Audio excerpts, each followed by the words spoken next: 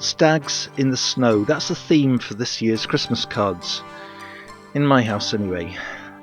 And we're starting off with the polymer stamps, the clear stamp dies. And one of the advantages is you can mount more than one die onto the acrylic block.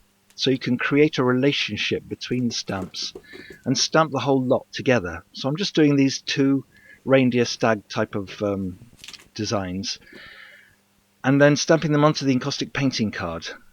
And you'll see that they're still wet, still damp, the reflection there shows. It's best to let them dry naturally if you can, because you'll get a darker ink. This is a dye pad, remember, not a pigment ink, but a dye pad. Lots to do, so I'll speed it all up a bit. And suddenly I've got a board full of stamped cards. Clear wax on the iron, and this is to help keep translucency in the colour. This is the number 46 encaustic art cyan blue colour. I love this colour. And I'm working onto the card and on a new backing paper as well, and so actually quite a lot of the wax from this first card went into the backing paper, as you can see, so it became very light.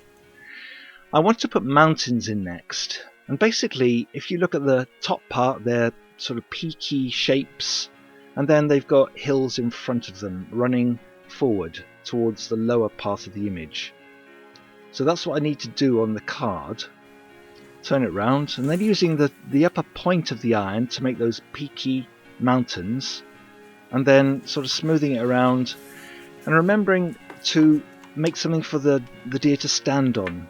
I'm adding more wax because this is the first card. A lot of that wax has gone into the underpaper.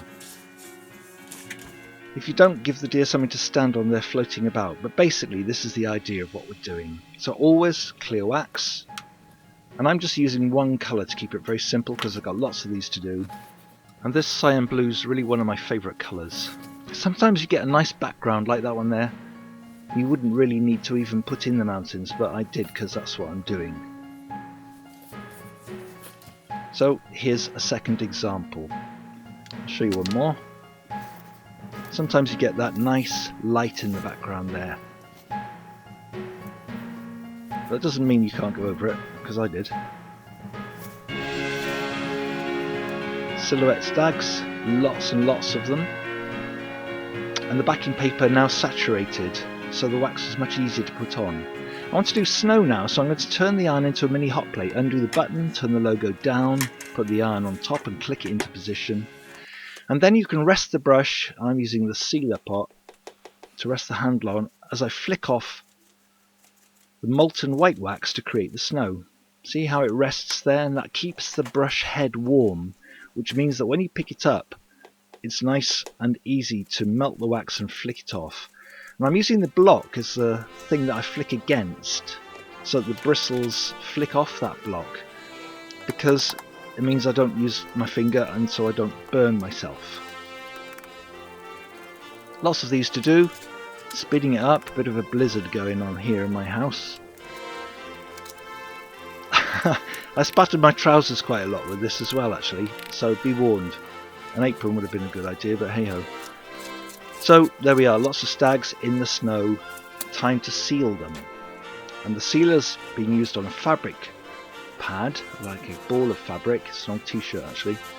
And then just dabbing like this means that you get a nice even effect. If you use a brush you get lines when it dries off, but this, you see it in the reflection there, gives a nice even effect, and so when it dries down it'll actually look very natural, just like the surface of the wax actually. It's got about the same shine value as the polished wax as well. One more just to show you again. It helps to stick those little spots of white snow onto the backing card as well. So all of these cards are now ready for mounting, and I'm using aperture cards, nice strong ones, and double-sided tape. The worst part of the whole job is getting that backing paper off the double-sided tape. And then, simple as that, you just mount it, and the white of the card helps to show off the white snow. I've already done the backing paper off that because it's just a tedious thing. Stick it carefully round, fold the card over. Of course you could apply them to the front of other types of cards rather than aperture cards, but that's what I've been doing. So, Merry Christmas to you if you're watching this at Christmas time, and if you're not, then, well, it's something you could think of for Christmas maybe. Have a great New Year. Bye-bye.